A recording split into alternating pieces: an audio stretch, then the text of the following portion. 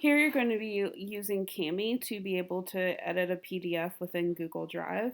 Hopefully this will make your paperwork options easier. So I went to my Google Drive. I'm already logged in. I click on Shared with Me.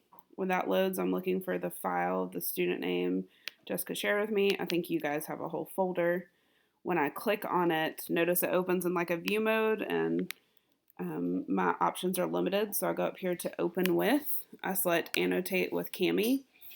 It's going to link you to the Kami extension where you have to log in with your Google Drive. It automatically logged me in because I've used it before, but my first video didn't have sound, so I apologize.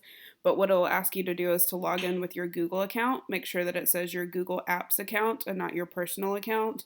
And then it may ask you to authenticate, approve, or okay some terms and agreements, and those are fine to do.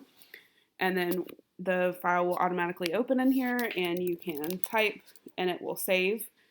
So then if I click save up here, it would add that to the file. Ms. Brown could see it the next time she opened it in her Google Drive. So essentially it just gives you PDF editing functions within Google Drive. I hope that helps. Unlike Google Drive, you do have to save on here. It does not do it automatically. Just make sure that you click save.